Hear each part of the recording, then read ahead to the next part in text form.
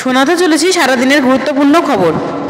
আজ স্বাস্থ্য ভবন, কালীঘাট, সুপ্রিম কোর্ট, 3 জায়গাতেই চলছে আন্দোলনকারী ছাত্রদের আন্দোলন। এবারে সরস্বতী পুজো উপলক্ষে নারী স্বাধীনতার বার্তা দিলেন শ্রাবন্তী। তিনি বললেন, যা করেছি নিজের জোরেই করেছি। এবার জুনিয়র ডাক্তারদের ধর্নার মধ্যেই স্বাস্থ্য ভবন এলাকায় নজরদারি বৃদ্ধি করতে পুলিশও বাড়ছে সিসিটিভি ক্যামেরা। সুপ্রিম কোর্টের বিচারপতি চন্দ্রচূড় তিনি জানালেন যে চার্জশিট গঠন করতে কতদিন লাগবে। ঠিক মমতা বন্দ্যোপাধ্যায়ের একটা সামান্য রেপ কেসের চার্জশিট গঠন করতে কতদিন লাগে। শুনানির মাঝেই প্রধান বিচারপতি মন্তব্য করলেন যে সিবিআইয়ের স্ট্যাটাস রিপোর্ট দেখে আমরা বিচলিত, আমরা কাজে ফিরতে চাই। সুপ্রিম কোর্টে বললেন জুনিয়র চিকিৎসকদের আইনজীবী, অর্থাৎ চিকিৎসকরা নাকি কাজে ফিরতে চায়।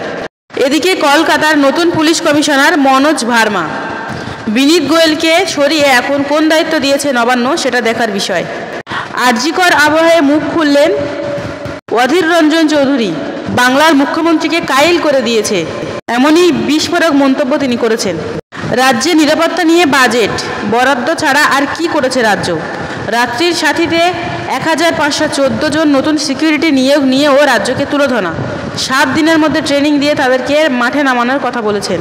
এদিকে কালীঘাটে বৈঠকে বসে মমতা ব্যানার্জি যে সমস্ত কথা ঠিক করেছেন, এক আলোচনায় সার্থক হয়েছে বলে আমি মনে করি। প্রথম দাবিটি আমাদের সঙ্গে সম্পর্কিত নয়, বাকি দাবি মেনে নিয়েছি। দ্বিতীয়ত ডিএইচএস ও ডিএমআইকে সরানোর সিদ্ধান্ত নেওয়া হয়েছে। তৃতীয়ত কলকাতার সিপিডিসি নর্থকে সরানোর সিদ্ধান্ত নেওয়া হয়েছে। চতুর্থত বিনীত গোয়েলকে তার পছন্দের পদে নিয়োগ করা হয়েছে। চতুর্থত মঙ্গলবার বিকেল 4টের পর নতুন সিপিকে দায়িত্ব বুঝিয়ে দেবেন বিনীত। অর্থাৎ মমতা বলতে চাইলেন যে 99% দাবি আমরা মেনে নিয়েছি, জুনিয়র ডাক্তারদের এবার কাজে ফেরা উচিত। মৌমিতা দেবনাথের ধর্ষণ ও হত্যাকাণ্ডের প্রতিবাদে সামিল হয়েছে দেশের বিভিন্ন জুনিয়র ডাক্তারগণ। এদিকে প্রমাণ লোপাটের জন্য পুরস্কার হিসেবে বিনীত গোয়েলকে তার কাজ থেকে ইস্তফা দিতে হচ্ছে। সুপ্রিম কোর্টে প্রশ্নের মুখে পড়েছে রাজ্যের রাত্রি সাথী প্রকল্প। মেয়েদের নিরাপত্তা নিয়ে এখনও ছিনিমিনি, পুলিশ আমলা চুনোপুটি, সরকারের পচন বাংলায়।